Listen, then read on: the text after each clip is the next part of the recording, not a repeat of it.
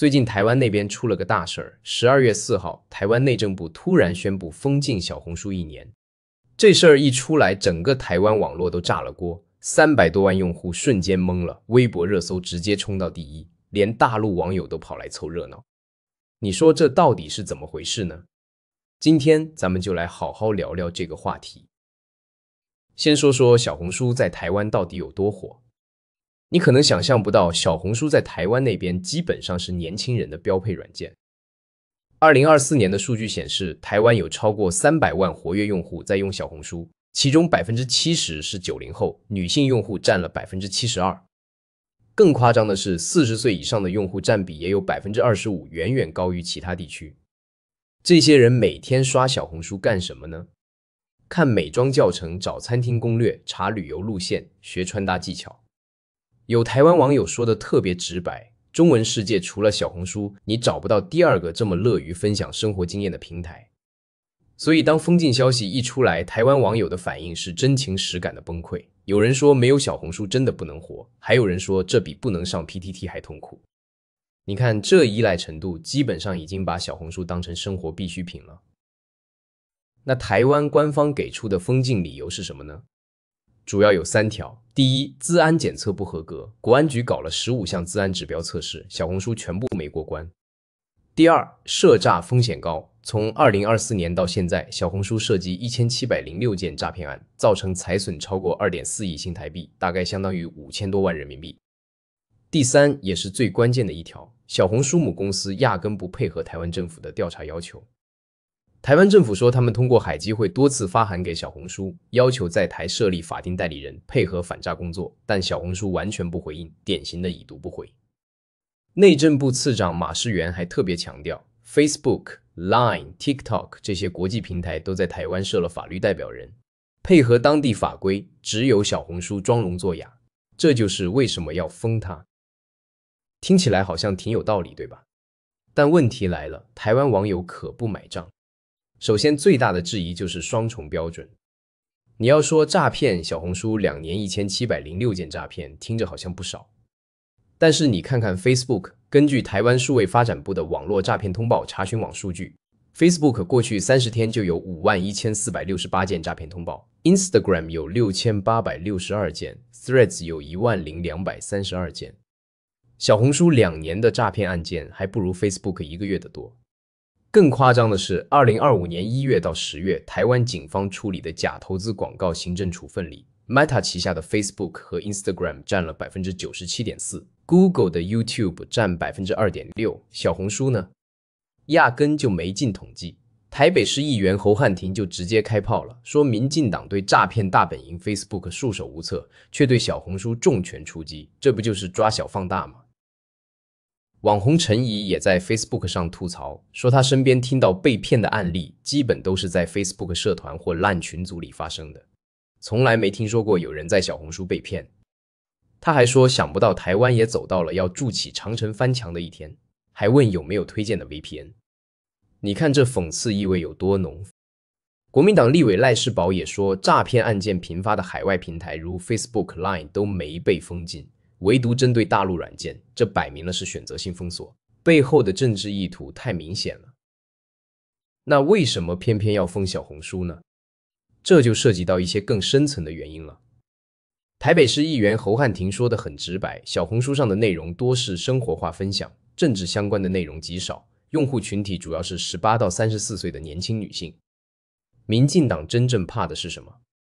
怕台灣年輕人通過小紅書看到大陸的真實生活。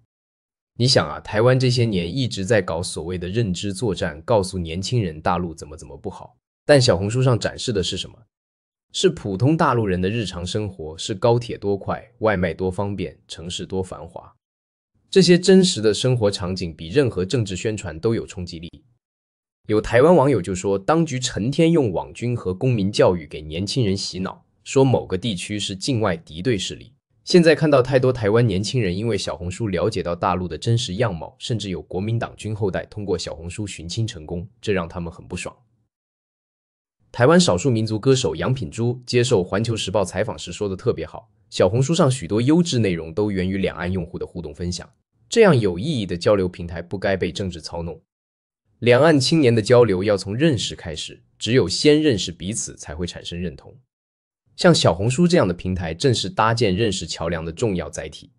台當局的封鎖是在人為切斷這種珍貴的交流紐帶。國台辦發言人陳斌華也在7月份就說過，這些大陸應用軟件為什麼深受台灣民眾，特別是青年的喜愛？因為他們能讓台灣民眾獲取信息更高效，享受生活服務更方便，體驗社交分享更有趣。民進黨當局的借口是所謂資安，暴露的是他們內心的不安。他們害怕台灣民眾了解大陸的真實情況，害怕自己費盡心機構建的信息繭房被打破。說到這兒，咱們得提一個有意思的背景。今年1月份，美國那邊因為要封禁 TikTok， 大量 TikTok 難民湧入小紅書，甚至一度讓小紅書在全球87個國家的 App Store 下載榜排名第1。台灣媒體當時都在報道這事兒，有文章甚至說連美國人都上了小紅書，台灣還禁什麼？但台灣當局顯然不這麼想。有意思的是，今年1月18日，就有台灣網友發現小紅書和 TikTok 被中華電信短暫屏蔽過。當時大家猜測是在測試封殺，19日就恢復了正常。現在看來，那可能真的是在做技術準備。封禁令一出，台灣網友的反應也很有意思。禁令當晚，小紅書網頁版就被封了，顯示此網站已遭內政部刑事警察局封鎖。但手機 APP 還能用，雖然有些卡頓。你猜怎麼着？小紅書在台灣 App Store 的下載量反而暴增了，從原本的排名直接衝到社交類 APP 第11位，還在繼續上升。那些原本沒用過的人也趕緊下載，生怕以後下不了。更搞笑的是，大陸網友紛紛在小紅書評論區教台灣網友怎麼翻牆，有人說掛個梯子就可以了，還有人建議如果用 VPN 最好選擇其他地方而不是中國大陸，以免被誤認為水軍。有大陸網友還特別暖心地說，台灣的朋友們可以看一下自己的祖籍地，將 IP 定位到那裡，然後大數據會推薦當地的帖子，就算還沒回來也算提前返鄉了。這種互動真的挺讓人感動的。台灣官方對翻牆這事兒也表態了，說 VPN 屬於個人選擇，政府不會禁止，但平台本身的資安風險從未因此降低。你看這話說的，既拿不出實際行動，又要維持一個強硬的姿態。有台灣評論就說，封得了 APP， 封不住人心。這話還真沒說錯。根據報道，禁令宣布後，台灣網友在小紅書上發帖求助怎麼翻牆，大陸網友積極回應，整個氛圍反而更熱鬧了。那這個封禁令到底能不能執行得下去呢？台灣官方開出了4大解禁條件：第一，在台設立法定代理人；第二，配合政府反詐調查；第三，通過資安檢測；第四，確保用戶數據安全不傳回中國大陸。說實話，這4個條件，尤其是最後一條，基本上就是讓小紅書做不到的事情。小紅書是中國公司，服務器在中國，數據肯定要傳回國內處理，這是業務邏輯決定的。所以這個解禁條件更像是做做樣子，實際上並不指望小紅書能滿足。不過有意思的是，台灣行政院長卓榮泰說了，政府會觀察小紅書在未來1年是否給出法律或技術承諾，否則下一步可能通過科技手段考慮直接斷掉。這話其實透露出一個信息，就是現在這個封禁可能還不夠徹底，將來可能會有更強硬的措施。但問題是，技術上真能完全封死嗎？從目前的情況看，手機 APP 還能用，用 VPN 也能繞過限制，而且台灣政府說了不會禁止個人使用 VPN， 這就很尷尬了。你說封禁吧，其實只是增加了使用難度，真想用的人還是能用。你說不封吧，又已經發了正式的封禁令。再說說各方的反應，民進黨方面，新聞部副主任黃子一強調，小紅書被禁不是因為來自大陸，而是因為竊取資料嚴重，平台對台灣政府的聯繫不讀不回。但在野黨可不這麼看，民進黨前立委郭正亮在政論節目上就批評政府執行標準有明顯選擇性，背後可能涉及政治考量。他還指出，封禁小紅書可能引發年輕族群不滿，進一步影響民進黨的青年支持度。民眾黨立委林國成也警告賴清德當局見大陸相關事務就亂開槍，後果需自行承擔。島內網友的評論就更直接了，有人說把民進黨封了會更好，有人說封得了 APP 封不住人心。還有人說，台灣年輕人每天被詐騙4億新台幣，70%在 Facebook 被騙，怎麼不見 Facebook 被封？也有理性的聲音，比如網紅八囧就說，問題不在於封不封，而是政府沒有把小紅書不配合監管這個重點講清楚，才讓話語權被政治操作帶走。他批評政府不斷解釋為什麼封小紅書不封 Line 和 Facebook， 但一般人沒有耐心聽完，一張梗圖就被洗成台灣也有牆了。如果政府一開始就說清楚，甚至召開聯合記者會說明，也不至於讓執政黨陷入挨打局面。從這整個事件來看，爭議的核心其實不在於是否應該監管網絡平台，而在於監管標準是否公平一致。如果真的是為了反詐和資安，那為什麼詐騙案件遠超小紅書的 Facebook 們安然無恙？如果說是因為小紅書不配合政府監管，那為什麼不能通過外交渠道、國際司法合作等方式去解決，而非要一刀切封禁？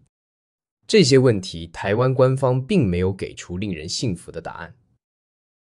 還有一個值得注意的點，就是這次封禁的法源依據。台灣政府用的是去年通過的《詐欺犯罪危害防治條例》第42條，這是藍綠白三黨一起通過的法案。理論上說，這個法案的初衷是打擊詐騙、保護民眾權益，本身沒什麼問題。但問題出在執行層面，如果選擇性執法，那法律的公信力就會大打折扣。立委沈伯洋也說了，小紅書被懷疑是統戰工具，也有言論審查、危害智慧財產權的爭議，更有大量資安問題。但現行法律能夠因為某種理由而限制連接網絡平台的情況，主要只有兒少性剝削、詐騙性相關被害影像外流等原因。這次小紅書被限制是因為詐騙，也只能因為詐騙。這其實就暗示了官方不能明說的那些理由，比如統戰工具、認知作戰之類的，在法律框架內是站不住腳的，所以只能用詐騙這個理由。咱們再換個角度想，小紅書在台灣到底扮演了什麼角色？從用戶的使用習慣來看，台灣人在小紅書上最常瀏覽的內容是娛樂、美妝、美食、生活記錄和時尚，政治內容的佔比極低。也就是說，這就是一個生活分享平台，和政治意識形態其實沒太大關係。但為什麼會被賦予這麼多政治含義呢？說白了，還是因為它來自大陸，而且它讓兩岸年輕人有了直接交流的窗口。這個交流的過程中，台灣年輕人看到了大陸普通人的生活狀態，看到了跟官方宣傳不太一樣的圖景，這對某些人來說可能就是一種威脅。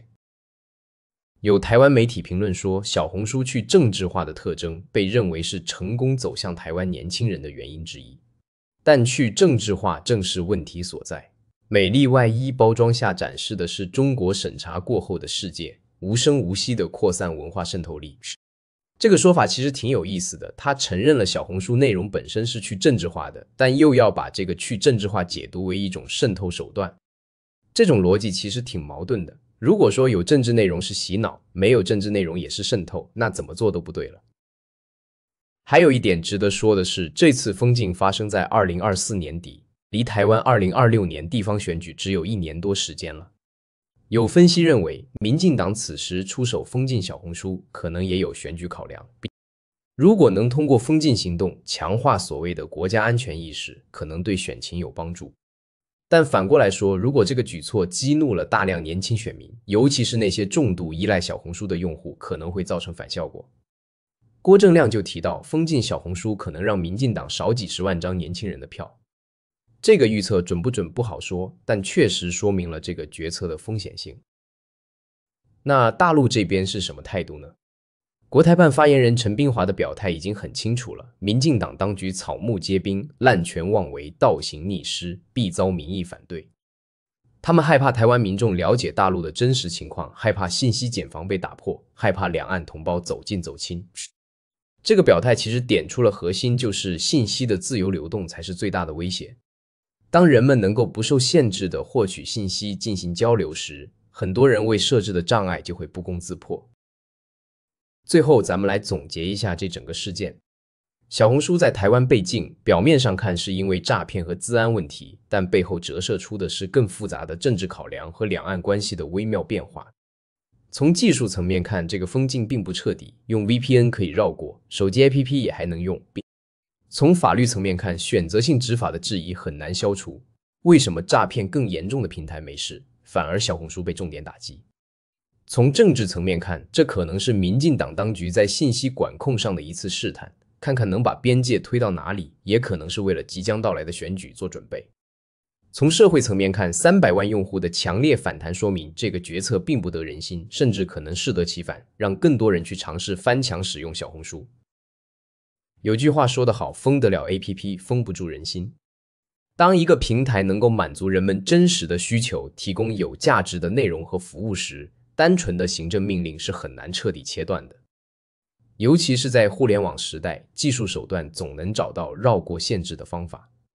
更重要的是，兩岸民众之間天然的文化聯繫和交流願望，不是一紙禁令能夠阻擋的。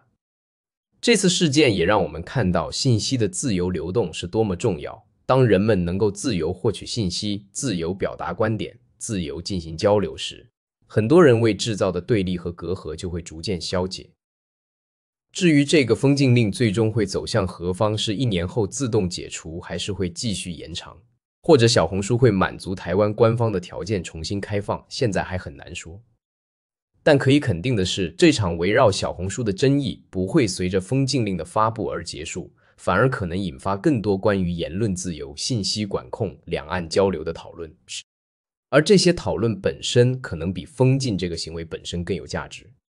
好了，今天的內容就到這裡，咱們下期